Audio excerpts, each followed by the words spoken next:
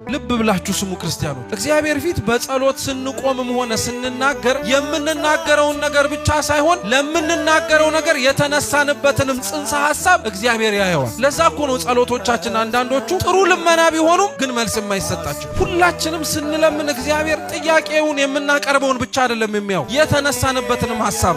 አንዳንድ ሰው በዚህ ዘመን ላይ ባለጸጋ ካልተኮነ በቀር የማይኖር የሚመስለው ሰው አለ እና እግዚአብሔርን አምላኬ ሆይ ባለጸጋ አርገኝ ሲለው ዓለም ላይ ያለውን ሀብት በሙሉ የማይሰጠው ለምን ይመስላችሁ? ባለጸግነትን ከሰጠው በኋላ እሱ ድሃ ሆኖ የጨቆኑትን ሰዎች እሱ ሀብታም ሲሆን እንደሚጨቁናቸው ስለሚያውቅ የተነሳበትን ጽንሰ ሐሳብ ያውቀዋል። ጸሎተኛ አድርገኝ ብሎ ሲለምን ለመጸለይ ብቻ አይደለም፣ ያናደዱትንም ሰዎች በጸሎት የሆነ ነገር ሊያረግ ፈልጎ። በጣም እኮ ነው የሚገርማችሁ። ማናችንም ገመና ሸፋኝ ለመሆን አንሞክርም። አሁን ከኛ መካከል ማን በደልን የሚሸፍናል? በደልን ነውርን አጋልጦ የሰውን መናገር እኮ ኩራት የሆነበት ጊዜ እኮ ነው። ስለ ሰው ገመና ማውራት በጣም ስልጣኔ የሆነበት ዘመን ነው። ስለ ሰው ህይወት እንዲህ ነው ብሎ መናገር በጣም ትልቅ ደረጃ የሚያስደርስበት ህይወት ነው። ለእግዚአብሔር ብላችሁ የተዋችሁት ምን ነገር አለ? እውነት አብዛኞቻችን እኮ ለእግዚአብሔር ብለን የተውነው ምንም ነገር የለም። እግዚአብሔርን ግን ለብዙ ነገር ብለን ትተነዋል። ለብዙ ነገር ይጠቅመናል ብለን ላሰብነው ነገር በሙሉ አምላካችንን ለውጠነዋል። እግዚአብሔር እውነት ልቡናችንን ይመልስልን። በጣም ልክ አይደለንም አካሄዳችን። ሁላችን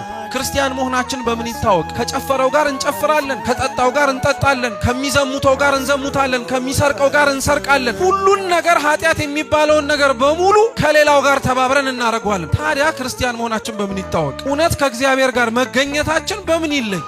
ማንም ክርስቲያን ከእግዚአብሔር ፊት ቆሞ ጸሎት ሲያደርግ ስላረገው ነገር መመጻደቅ የለበት።